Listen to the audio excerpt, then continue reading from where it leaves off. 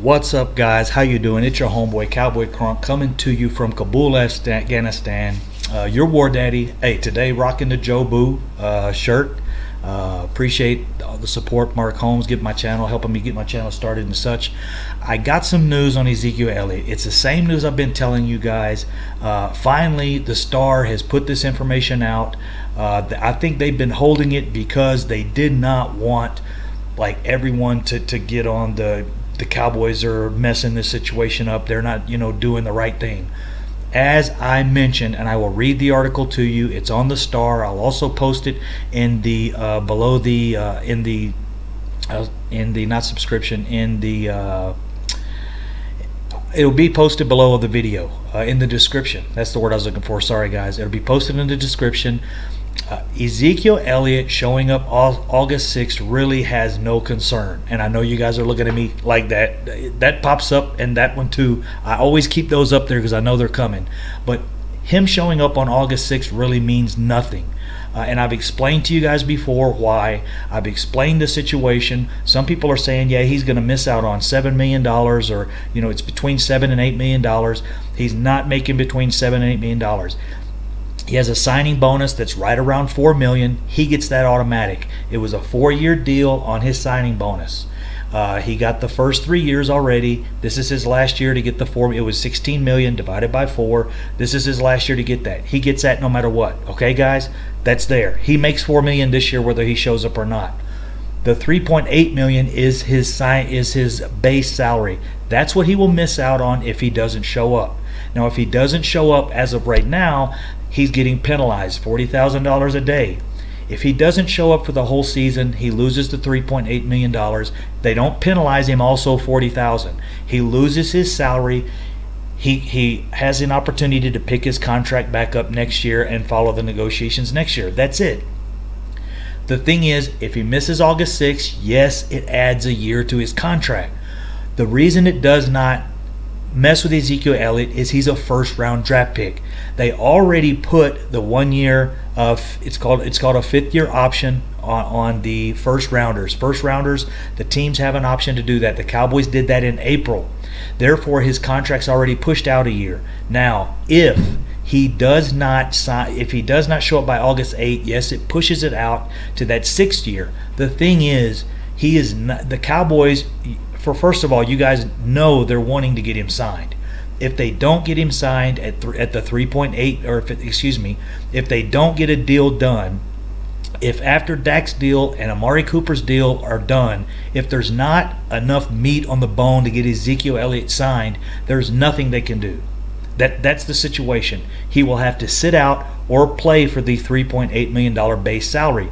Again, he's already getting his signing bonus. That's where some of you guys are getting that number from. I've got the article here. It explains exactly why this August 6th deadline really is not that important to Ezekiet Elliott. Like I said, if he doesn't show up, it extends it a year. They are not going to hold Zeke on this contract for 3 years. What would happen is they would extend it the year because he doesn't show up August 6th. That year he would get paid $9.8 million, which is a decent salary. It's not something for him to be overly concerned about. The thing is, next year they're going to give him a new deal anyways. Everyone knows that. So if they give him a new deal next year, this 1 year extension because of August 6th doesn't matter. That contract is torn up. He will get a long-term deal for the Cowboys, but it's probably not going to happen this year. That's just my opinion. The thing is, if it comes down to Dak and Cooper, and this is what they're telling you guys in the background. They're telling you, we've got these guys lined up. We've had this scheduled. We've had all these scheduled. We know when people are coming up for contract. We've been working this. We're setting it up. Now we've had a player get out of line, and it's throwing our whole schematics over here, everything off whack. That's what I've been trying to explain to you guys. He has to play this year for $3.8 million, or he probably will not play. Now, if Dak and Cooper leave something on the table for Dak, that's just the way it is, guys. It's like a huge table, and all your players are sitting at the table, and some of them have huge piles of food, and some of them have a small pile. And the players that have a small pile, if they want to ask for more, or even a player that has a big stack, if he wants to ask for more, It's a salary cap. That's what the salary cap is. It's the food on the table. So if that player wants more food, they have to take it off of another player's plate or a couple players' plate. And that's when your other players be like, hey, man, what's the deal? I had a contract, and now you want me to renegotiate to give it, Does Ezekiel Elliott deserve more than $3.8 million base salary? Yes. He's going to get close to 400 touches this year if he plays. He's going to have 70 catches out of the backfield. He's going to have well over 100 times he has to pick up blitz packages and stay in and do protection. That's way more work than any receiver will do. It's way more work than Dak Prescott will do. It's way more physical than anyone on our team. It's probably more physical. He's probably one of the top 3 players, the most physical position in the whole NFL. I'm not talking about just running backs. I'm talking about the whole NFL. You're probably talking about like Ezekiel Elliott is probably number 1. Amari Cooper, Saquon Barkley, those 3 guys right there are your top 3 that take on workload in the NFL. So does he deserve to get paid? Yes, I definitely think he does. But it's not in the cards right now unless Amari Cooper and Dak Prescott leave money on the table. Let me go over to the article and let me read some of this for you guys. I have it pulled up here. I'll read a little bit of it for you, and like I said, I'll put it in the description down below if I can find it. Here we go. It's on this one. Okay. Let me start from the beginning. I'm going to read the article start to finish. It's not very long. Well, actually, I'm going to cut down to the bottom. I already explained the situation about him being a first round selection, so they did the 5th-year option on him. So they've already added the year. This would add another year if he doesn't show up August 6th. You're talking about him not being out of a Dallas Cowboy contract right now until if the Cowboys wanted to hold him to what he signed as a rookie until he's 27 years old. He's not going to get a contract when he's 27, so the Cowboys have to re-sign him. But they're not set to do it this year. It's not in the plans. It's not what they were scheduling for. The only way they can make that happen, it's the 3 guys. If Dak and Cooper, if they do their deals and there's something left, then Zeke will play this year. If not, I don't see him playing for $3.8 million with the workload he takes. And again, he's going to get the $4 million signing bonus. That's guaranteed. That's why everybody's saying it's $7 million he's losing. He's not. He's only losing the $3.8 base salary. Because of having 2 years left on his contract, Ezekiel Elliott won't be phased by this Tuesday's August 6th deadline. It's irrelevant as he can pick up the 4th year accrued season in 2020. So if they extend him, he picks up the 4th year next year. He just loses out on that $3 million. And the thing is, let's say an NFL running back has 8 years to play NFL football. It's not that he's playing from when he's 22 to 30. Those are the 8 years.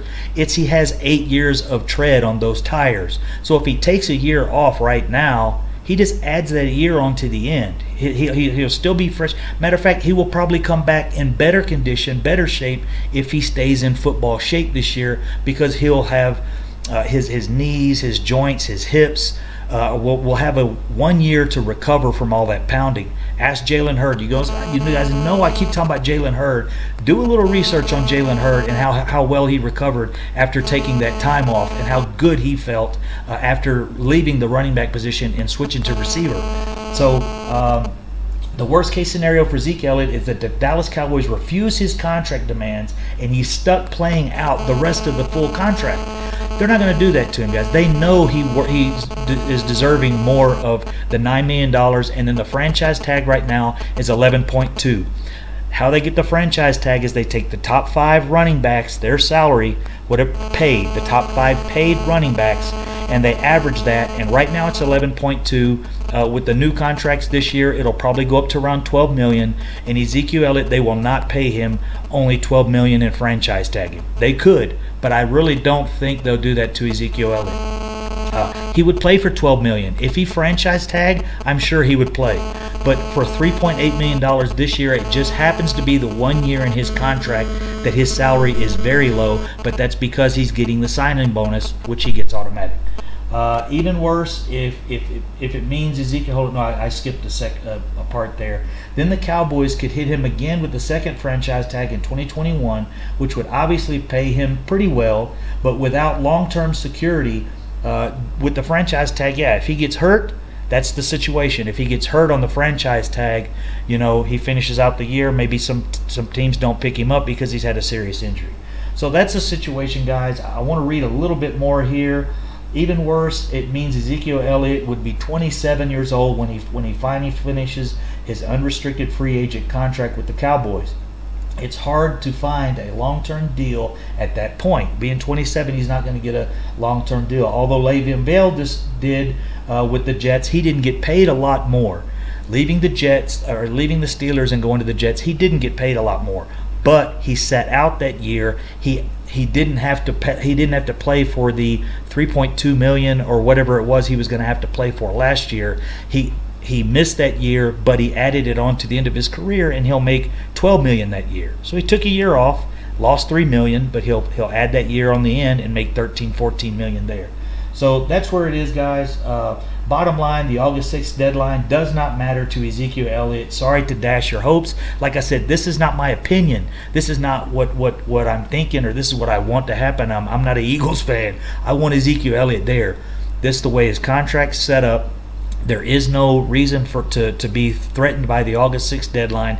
That's why he's in Cabo still. So for him to make it from Cabo to Oxnard, there's a possibility. Maybe he gives in, but it really, really doesn't affect him, guys. So Cowboy Crunk, I'm out. Go ahead, check the description if you want to read the article. The Star finally put it out, and that's the way the situation is, guys. Hope we get Ezekiel Elliott this year, but it all depends on Dak and Cooper.